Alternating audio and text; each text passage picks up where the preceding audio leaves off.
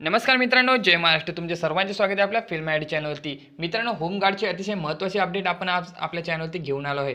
मित्रांनो, तुम्ही चॅनलवरती नवीन असाल आणि चॅनल सबस्क्राईब केलं नसेल तर नक्की चॅनल सबस्क्राईब करून ठेवा. तर मित्रांनो, होमगार्ड भरतीचे जे वेळापत्रक आहे ते जाहीर झालेलं आहे. तर या वेळापत्रकामध्ये मित्रांनो, जे उमेदवारांना बोलवण्यात आलेला आहे त्यांचा जो अनुक्रमांक आहे त्यानुसार त्यांनी सांगितलेला आहे. तर मित्रांनो, काय प्रोसेस असणार आहे संपूर्ण माहिती आपण या व्हिडिओमध्ये सांगणार आहोत. चला मित्रांनो, व्हिडिओला सुरुवात करूया. मित्रांनो, तुम्ही हा GR बघू शकतात, जो की मित्रांनो होमगार्ड भरती धुळेचा आहे. तर मित्रांनो, होमगार्ड सदस्य नोंदणी कार्यक्रम वेळापत्रक बाबतचे प्रेस नोट सत्वर प्रसिद्ध देण्याबाबत हा मित्रांनो असा GR आहे.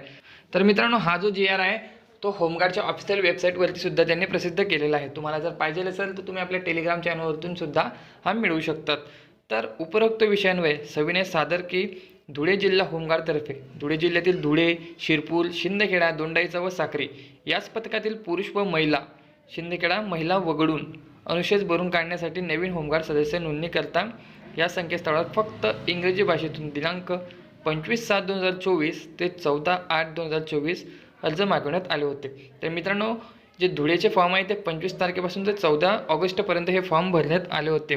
आणि त्यामध्ये मित्रांनो धुळे, शिरपूर, शिंदखेडा, दोंडाईचा व साक्री या पथकाचा समावेश होता.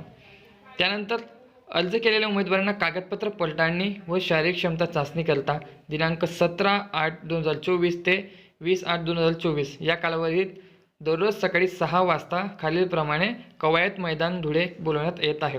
तर मित्रांनो, ज्या विद्यार्थ्यांनी फॉर्म भरलेला आहे त्यांना आता 17 तारीख ते 20 तारखेपर्यंत त्यांचं जे फिजिकल आहे ते होणार आहेत आणि त्यामध्ये मित्रांनो कागदपत्र पडताळणीसुद्धा होणार आहे, त्याचे त्यांनी सांगितलेलं आहे. तर मित्रांनो, यानुसार तुम्हाला आता जायचं आहे. मित्रांनो, तुम्ही जर फॉर्म भरलेला असेल तर फॉर्म भरल्यानंतर तुम्हाला ॲप्लिकेशन नंबर हा मिळत असतो. त्या ॲप्लिकेशन नंबर तुम्हाला बघून घ्यायचा आहे आणि यामध्ये डेट दिलेली आहे ती डेटसुद्धा तुम्हाला बघून घ्यायची आहे. त्यानुसार तुम्हाला तिथे जायचं आहे. तर मित्रांनो, 17/8/2024 रोजी पुरुष क्रमांक, तर मित्रांनो जो पुरुषांचा अर्ज क्रमांक आहे तो 1 ते 2500 म्हणजे पहिल्या दिवशी मित्रांनो 2500 उमेदवारांना हे बोलवण्यात आलेले आहेत आणि ज्यांचा नंबर 1 ते 2500 पर्यंत आहे त्यांनीच 17 तारखेला जायचं आहे. नंतर मित्रांनो 18 तारखेला यांनी दिलेलं आहे. तर मित्रांनो 18 तारखेला 3000 उमेदवारांना बोलवण्यात आलेलं आहे व त्यांचा क्रमांकसुद्धा यामध्ये दिलेला आहे. तर मित्रांनो लास्ट आहे 20 तारीख. 20 तारखेला फक्त मित्रांनो महिलांचं ग्राउंड हे होणार आहे. त्यासाठी 1005 महिला असणार आहे. म्हणजे जितक्या महिलांना फॉर्म भरलेला आहे त्या सर्व महिलांना एकच दिवशी बोलवण्यात आलेले आहे. जसं की पुरुषांना फॉर्म भरला नसेल मित्रांनो त्यांना 3 दिवसही देण्यात आलेले आहे.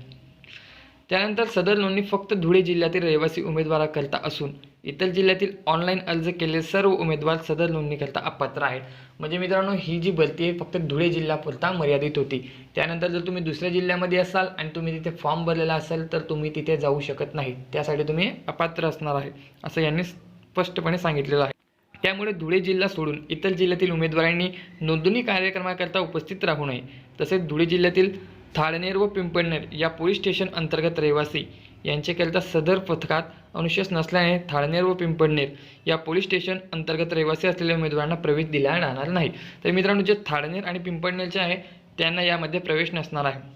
त्यानंतर कागदपत्र पडताळणी व शारीरिक क्षमता चाचणी करता येताना ऑनलाईन अर्जासह कागदपत्राच्या आवश्यक छायांकित प्रति उमेदवारांनी स्वतः स्वाक्षरी करून अर्जासोबत जोडावे. म्हणजे मित्रांनो, तुम्ही जे ऑनलाईन फॉर्म भरलेला होता त्यामध्ये जी माहिती तुम्ही दिलेली आहे त्याचे सर्व डॉक्युमेंट तुम्हाला न्यायचे आहे.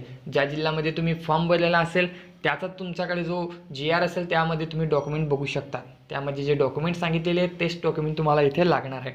आणि मित्रांनो, याची प्रत्येकाची कॉपी तुम्हाला लागणार आहे. त्यासोबत ती सेल्फ अटेस्टेड तुम्हाला करून जावे लागणार आहे. त्यानंतर नोंदणीच्या दिवशी अर्ज स्वतः उमेदवारांना घेऊन यावे. तसेच NCC B व C प्रमाणपत्र, ITI, जिल्हास्तरीय क्रीडांमध्ये प्रावीण्यप्राप्त, जड वाहन चालक परवानाधारक व इतर अन्य तपशिलाच्या पुष्ट्यर्थाला सर्व संबंधित मूळ कागदपत्र आणायचे आहे.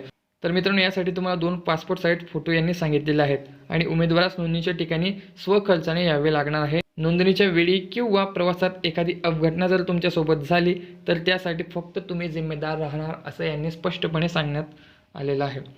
तर मित्रांनो, हे होतं धुळे जिल्ह्याचं.